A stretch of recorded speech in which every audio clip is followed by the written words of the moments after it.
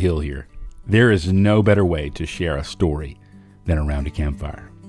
And if you are in the Mobile Bay area, there is no better place to get firewood than our friends at Mobile Bay Firewood. This is a family-owned business, and I personally love using their easy-to-light, kiln-dried firewood in my fire pit. So use promo code MBFTSO for $15 off of your next order at mobilebayfirewood.com. Longtime friends of the podcast, the Growley Leather Company is a family-owned leather goods company in southern Alabama. All of their leather goods are designed and handcrafted to come alongside you in your daily life, share in your adventures, and reflect your character. Brian and I both enjoy products from Growley Leather. So visit growleyleather.com and use promo code TSO2022 for a 15% discount at checkout. Find you a leather journal and fill it with stories from the storied outdoors.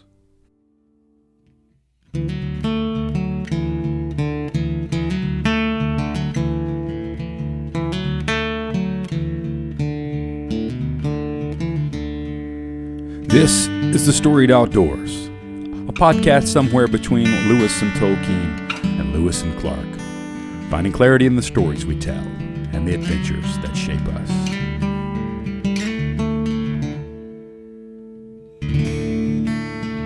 Welcome to the Storied Outdoors. I am Brad HIl, along with my co-host and good friend, Brad HIl. We are joined today by a new friend, Mr. Steve Davis. He is the founder of a nonprofit called On River Time. We're going to get into what that is, but here's a statement that is from their website. On River Time works to interrupt the cycle of abuse and neglect. Oh, man. You guys are doing incredible work, Steve. And a lot of our listeners are going to be excited about this because you use fly fishing as a way to help that healing process. So can you tell us a little bit about that? And by the way, welcome. Thank you for being here with us. Thank you very much, Brian. It's my pleasure, and it's my honor to be a part of the podcast today. I've been fly fishing for about 30 plus years, and an East Texas boy doesn't usually end up being a fly fisherman. You're usually hunting squirrels and catching catfish on a trot line. But fly fishing became a passion of mine many years ago, and as a survivor of abuse myself, I really found that I guess I found that there was an opportunity for me to heal through that process and the connection of the rod to the fish, so to speak. And I really believe it's sort of a spiritual thing that when you see what God has made us down the river, made for us to see down the river, it's an amazing opportunity to feel blessed. And so On River Time is designed to connect with kids through fly fishing. And what I discovered is that for you to get a different perspective, you got to change your environment. Mm-hmm. And these kids have never been fly fishing. And when you get an opportunity to change that environment, you have a huge opportunity to change the perspective of who they are. And so, and a lot of times who they've been told that they are, they've not been told a lot of times or encouraged a lot of times, I would think. Well, it's every one of these kids have the same feelings that I have when I was a little boy, and it's fear, guilt, and shame. Mm. And so, our key words that we try to pass on to these kids during camp is you are valued, number one, okay, because God created you, you are valued. And we want you to be able to trust, because lots of times these kids have been abused or neglected by the people that they trusted. Mm. So we want them to be able to trust again. And then obviously hope is a big thing about having a future. A lot of these kids don't really know what their future is going to be like. And a lot of them are concerned and have this fear that they may become their father or their mother, whoever it was that was involved in abusing them. And then the last one is dream big. I'm a big dreamer, and we're going to dream big, and we use the whole venue of fly fishing to connect. This is not about fly fishing. These kids get Orvis fly rods when they get there, and we float down the river. We connect with these kids, and when they get off the river, we go to small groups. We have devotionals, and we use that time to get them to talk. And beyond the smiles, when these kids come off the river, they have a smile, and they're doing their hands like this. Some of them are lying because they're doing this. Yeah. Get a little bit wider. Yeah. The longer they go, the bigger it gets. Well, and at the lodge at Palisades Creek, they have a little area beneath the fly shop called the Liar's Den. And every night we go over there. And these kids have an opportunity to lie about what they caught that day. But the Liar's Den. The Liar's Den. That's brilliant. Steve, can you tell us about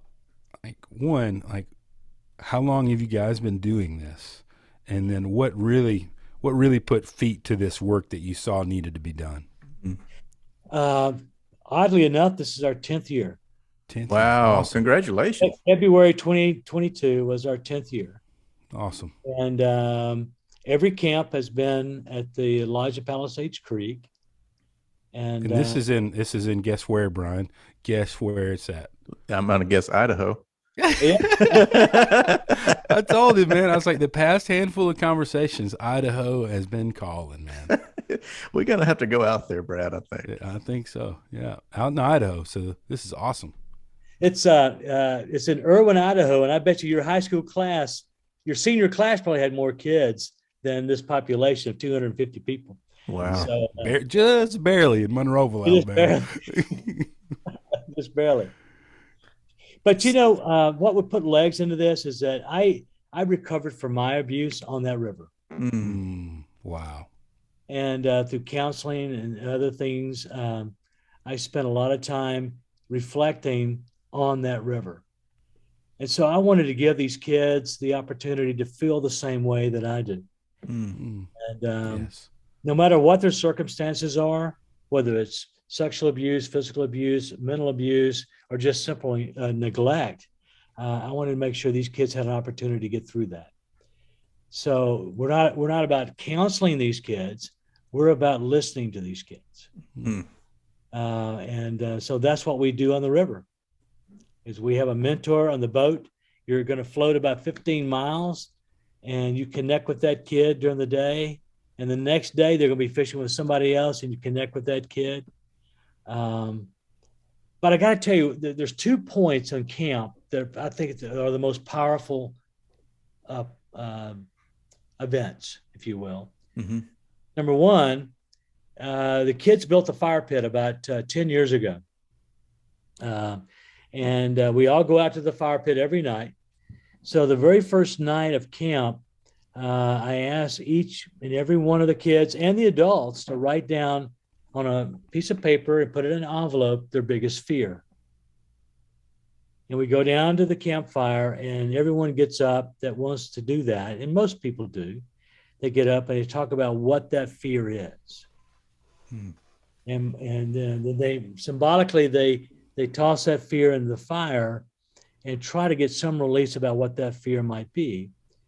And for a lot of our kids, it is the cycle.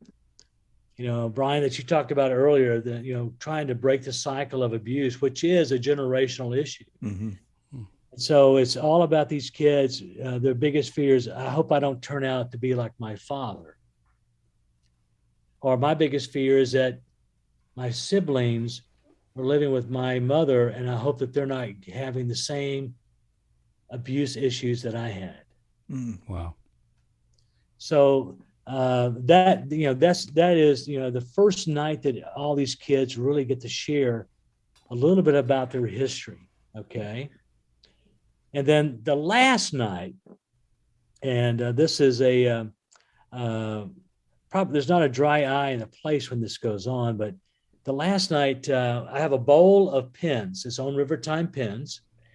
And I stand up in the front of the room, and everyone comes up to get a pen, and they select someone from the group from that week to pin them, but they got to tell them why.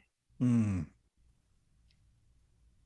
And so you have a lot of kids get up and they, maybe they met a new friend, or maybe it's an old friend, or maybe it's one of their housing directors. And it's a very touchy moment for them to verbalize the fact that they are so blessed and thankful for that person. We don't do that very often. No, especially among men. Absolutely. Steve, there's some statistics on your website. 1 in 7 children have experienced abuse, neglect this past year. 59% is the likelihood of being abused, that an abused child will be arrested as a juvenile, and 1 in 10 children will be sexually abused before they reach 18. Yeah. That's the kind of children that this nonprofit is helping, and that you guys are taking out there and serving and just loving. We've had, over the years, we've had I won't say many, but several kids who have been trafficked. And that is a complete different space of abuse. And a lot of these kids who have gone through that do go back. They leave the ranches, they go into another space, they get married, or they get pregnant, or whatever the case may be. But one of the things you have to understand is that there are a lot of boys trafficked. Mm-hmm. But you don't hear about that because, right, the guys don't really talk about that very well. Yeah. Mm-hmm. Steve, what are some of the success stories that you've seen in your 10 years? Well, we have a great success story right there at Sanford. Oh, yeah? Yeah. If you go to our website, you'll see this young, I think she's a junior now, Scarlett, and she is at Sanford, and she works part-time for On River Time. She's done a lot of stuff for us on the website and things of that nature. Mm-hmm. And she is right there at Sanford, and she's a great success story. She came when she was 12 years old. And it might have been the second camp that we had. And she is an awesome young lady. She works, as a sales representative in Homewood, but she's also a student at Sanford. Wow. We have another young man who is right now in Germany, and I spoke to him this morning. He's been in Poland. He's in the military. He's an Army guy, and from his experience in On River Time, he has connected with several people. One of the youth ministers at Church of the Highlands, and they have created a thing called State Line Camping.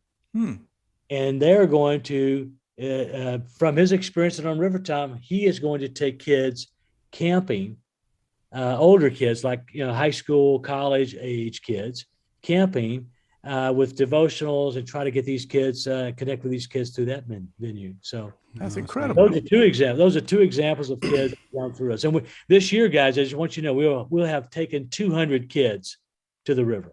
Wow. 200 lives have been changed because of this. My goodness. That's incredible. What's that process like? How does a kid sort of qualify to make it on these trips? Well, we have 4 ranches, okay, that we serve. Big Oak Ranch, in northern Alabama. Yep. Right. Palmer Homes in Hernando, Mississippi.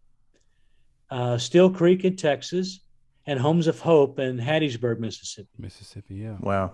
And these are ranches that we serve currently, and they the kids go through an interview process. They have conduct and engagement at home, engagement at school. There's all kinds of measurements that they use for them to qualify. Mm-hmm. But the last few years, they've kind of used an application process, and they answer questions, and they're selected by the director to be a part of this camp. That's so cool. Yeah. Tell us a little bit. I was looking at one of the applications, reading one of the applications yesterday, and one of the kids, the question was, why should you be selected to go on this trip? And his answer was, because I'm very cool. All right. I like your confidence. That's great. Can you tell us a little bit about SOAR? Yeah, SOAR is our, SOAR kind of began during the pandemic because we weren't able to have camp that summer. Mm-hmm. So what we decided to do was serve the kids as best we could and to create more of a mentoring process that is all year long and really focuses on a high attrition zone of the kids when they get out of high school and when they go to college or when they go to work. Mm-hmm. And there's a large percentage of the kids that we lose in that process. Mm. And so, On River Time provides scholarships for college or vocational scholarships once they graduate from high school. And so we wanted to stay connected to the kids through that process and mentor them, after high school. And so that is the venue that we use to do that. What are some of those skills that you guys would do in something like that? Well, etiquette. We just finished an etiquette class. Nice. And I got to tell you, as an East Texas boy, I learned a lot. I could use some etiquette classes. It was awesome. And the why kid, on earth does this table have so many utensils? Don't I just need one or two, maybe? that and financial help, how to balance your checkbook, how to interview properly, how to fill out applications, more life skills kind of things. Yeah.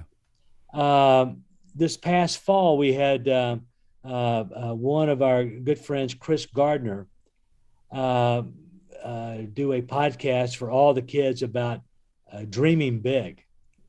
Now, you may not know who Chris Gardner is, but if you watched the Oscars the other night, you might know Will Smith played him in a movie called The Pursuit of Happiness. Yeah. Mm-hmm. Where he was a homeless kid or guy with a young boy on the streets of San Francisco. Well, oddly enough, the guy who owns our lodge, Marshall Geller, the Lodge of Palisades Creek, was the guy that hired Chris Gardner off the streets at I think it was Merrill Lynch. I may be wrong about that, but he hired Chris Gardner off the streets, gave him a job, and Chris Gardner became, a multimillionaire as a result of all that. Wow. So he did a podcast for all the kids, a live podcast for the kids about dreaming big. That's awesome. So it was an amazing. So we did that as part of SOAR. We just try to connect with the kids, stay in front of them. Mm-hmm. I meet with the kids about. I talk about the little things. That's something that there was a book.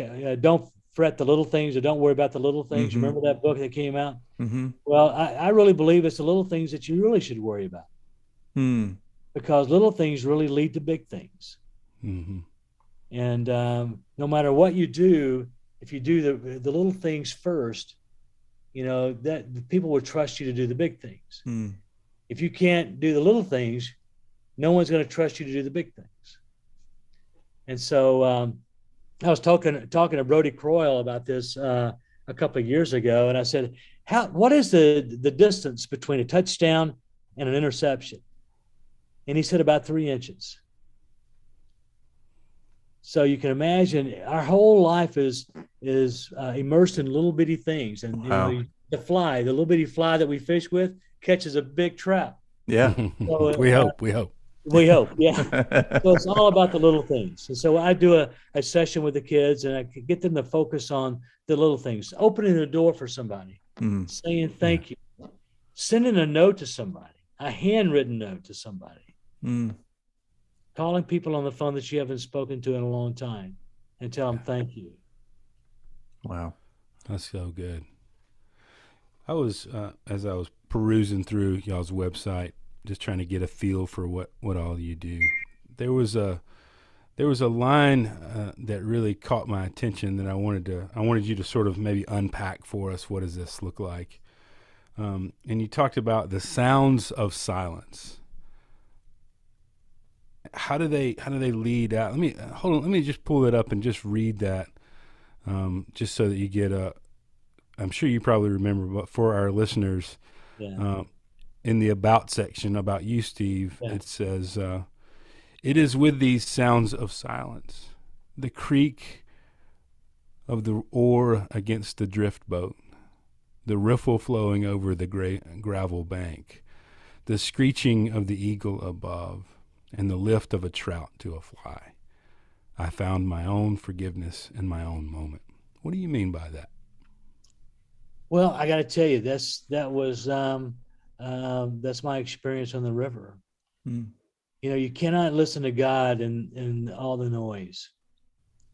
You cannot hear what the Holy Spirit has to say to you through all the noise. Mm-hmm. And we give these kids the opportunity to know who they are, or find out who they are, maybe find their purpose, but really to connect not with a fish, but really with God. Yeah. And so it's through that sounds of silence, if you will, that you really become more alert and aware of the fact that God has created all this around us. And this is my opportunity to really find out who I truly am. Mm. So when you were experiencing that river, the healing that took place in your own life, what was the turning point to where you actually started to feel, I am valuable. I am a person. I am a child of God. I am. What did that look like in your life? Well, growing up in East Texas on a dirt road in a town of about 2,000 people, I went to a church at the end of that dirt road called the Missionary Baptist Church. Okay. And I think if on a good Sunday, you might have 60 people there. Mm-hmm. And you were not baptized in a place in the church or anything like that. You actually went out to a creek and you were baptized in a creek, and we were all baptized in this thing called Cow Creek. And so that opportunity for me, anyway, first of all, I never told anybody about my abuse for 30 something years. And I went to counseling, really not about my abuse, because you kind of pack it down, and it only kind of came back to me through dreams later in life. I had a lot of them when I was 11 years old. And I really wanted to tell my mom and dad about what happened to me. And I remember standing in my mom and dad's bedroom door, and I was standing there and I was going to go tell them about what had happened to me. And my dad was reading the newspaper in the bed, and mom was doing something with her makeup or whatever. And I could not move my legs. I mean, they were just sort of like glued to the carpet. And so you pack it back down, and you continue on in life. And I was not a brilliant student, so I had to work hard at everything. So I worked harder at everything in my life because I wanted to be of value. I wanted somebody to say, "Hey, you're of value." And so I started going to counseling, really as a way to connect more with my brother. And at the end of the counseling session, the lady looked at me and she said, "I appreciate that you want to connect with your brother and maybe a deeper level, but tell me about your abuse." She saw and read through all of that in the hour that I was there. So I went through counseling for a very long time. And at the same time while I was going through counseling, I was also fly fishing. And I think the counseling opened me up to the value of silence and the ability to be introspective, to be able to self-talk, good self-talk. Self-talk can be bad, it can be good, but some really positive self-talk. And I experienced that on the river. So that really was how I came out of that dark spot. And I was able to say it wasn't my fault, and I can get rid of the guilt and the shame. But I did realize that while it may have not been my fault then, it's going to be my fault if I can do something about it. And how old were you then, whenever you felt like you were coming out of this? Maybe 40-ish, maybe 41, something like that. Wow. That's incredible. So there was a long time between then and, starting on River Time. But God has his own timing.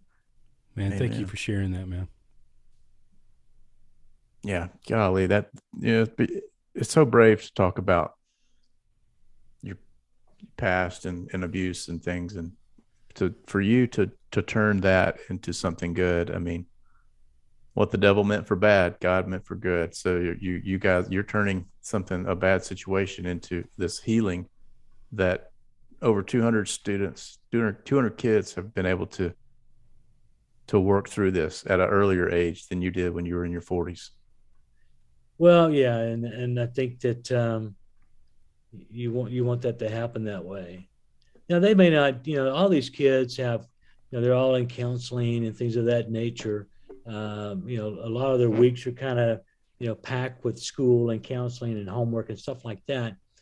And so we decided not to get engaged in that part of the process. Mm-hmm. We want these kids to have fun, and we want to allow them the opportunity to talk to us in their way, but also find out a little bit about who they are and maybe what they want to do. Mm-hmm. There's, that we've had the success stories I talked about, but, we have a lot of kids that, 2 years later, we never heard from them again. Yeah. It's tough work. It is. It's a tough work, but it's a good work, man. I'm so thankful, for what you're doing. But yeah, I can, as a pastor, I certainly get that, and that when we say success, there's always that caveat of what is success, right, in the kingdom of God. And so, numbers doesn't necessarily equate success, but, success is you're being obedient to what God's called you to do in a very hard place with a very hard time of life for a student. And that you come out of that is successful, that the Lord has brought you out. Amen. That's incredible. And so it's a hard work. It's a long game. It's not like this pop it in the microwave fix, right? No, it's not. Well, Jesus only had 12 disciples. That's right. You look at what happened with that. Yeah. And so, our role is to connect with these kids and lead them in that fashion. And so the very first night, though, we were talking about the fire pit, but we also, I go to camp with a wad of $100 bills. Okay. And every day we'll have a question that they'll have to answer. And if somebody gets it right, they get a $100 bill. The casting pond is about 40 degrees temperature, and it's kind of where the kids practice. It's a really, kind of a neat little spot on the premises. And last year I said, I'll give $100 if anybody want to, swim across the pond. And between two camps, I had 30 kids. It was $3,000 of $100 bills. I mean, there's only one ATM in this little village. Okay. Quite the fee. I promise you, I broke the place. Wow. But I asked, I've been to Israel and Jerusalem, and I've been to Galilee, and I tell these kids about my experience there, because these boats in the day of Jesus were not big boats, and I got to see the nets that they used back then. So the very first question I asked these kids is, why did Jesus choose 4 fishermen? What do they say? Well, they don't know. I asked them, who are the 4 fishermen? And then I said, well, why did he choose them?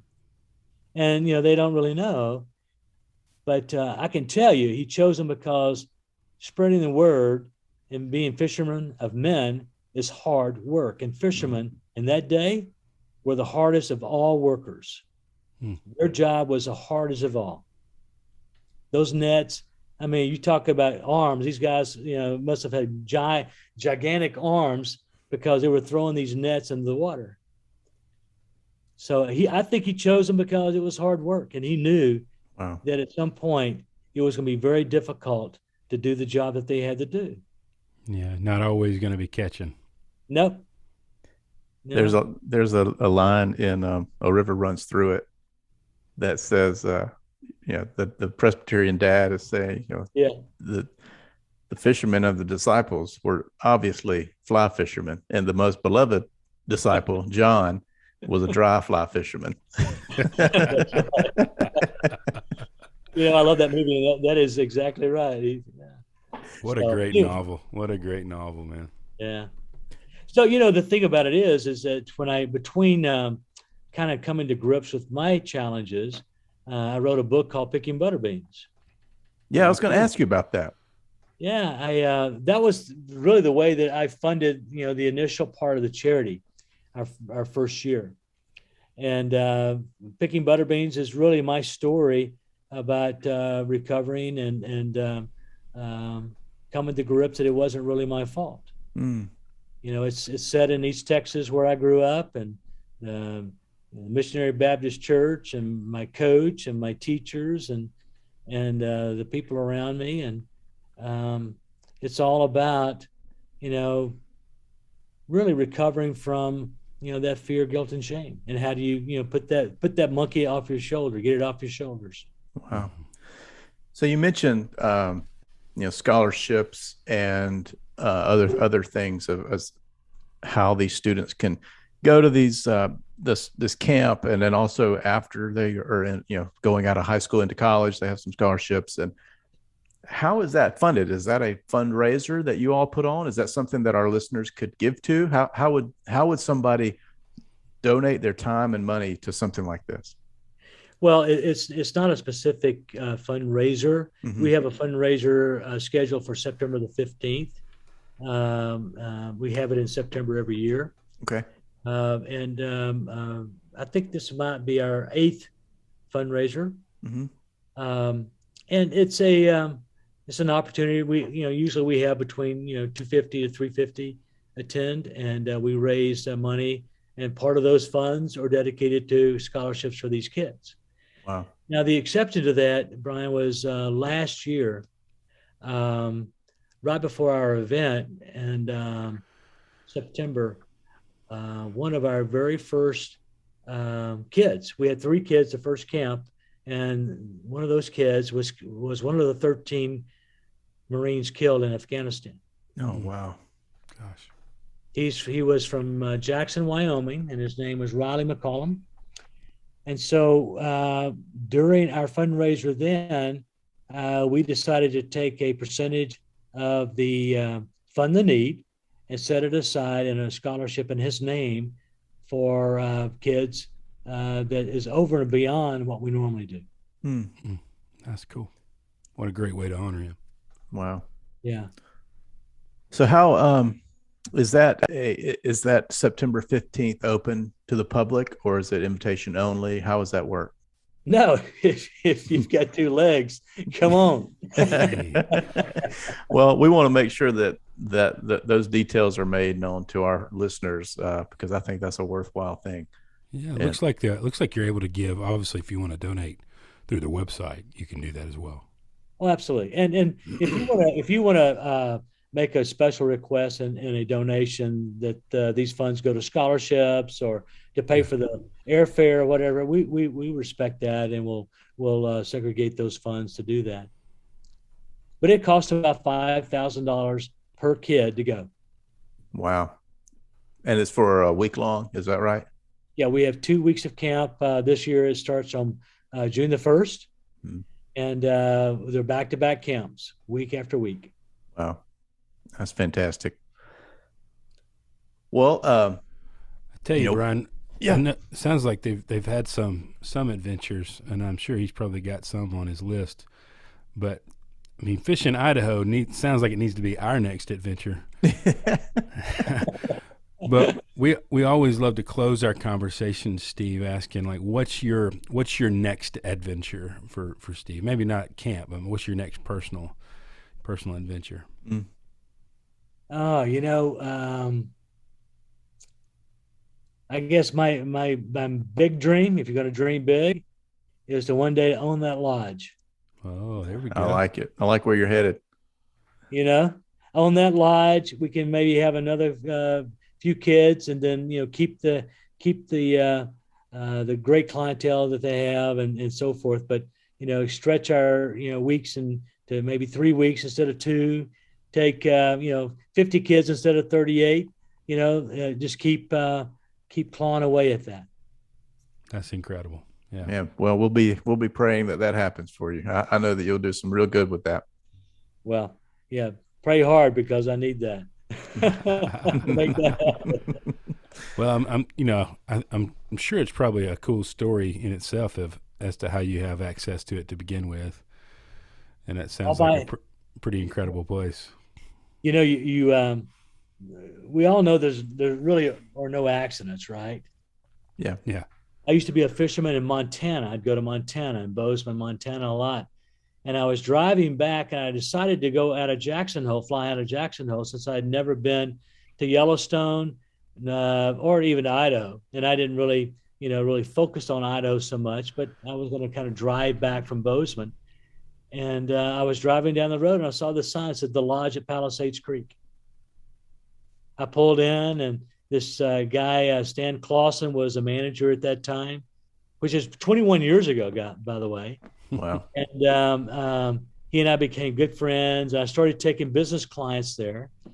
And then I got the opportunity to meet the Marshall Geller, who is an awesome individual who owns the place. And he took a gas station, little cafe with 22 acres and built a lodge and cabins and a Orvis fly shop and all that over the years, and an amazing team of people. Justin Hayes and all the guides and the staff there, they provide the infrastructure for these kids. Mm. Wow. So we open up camp for these guys. In other words, we're the very first people to go to the lodge every summer.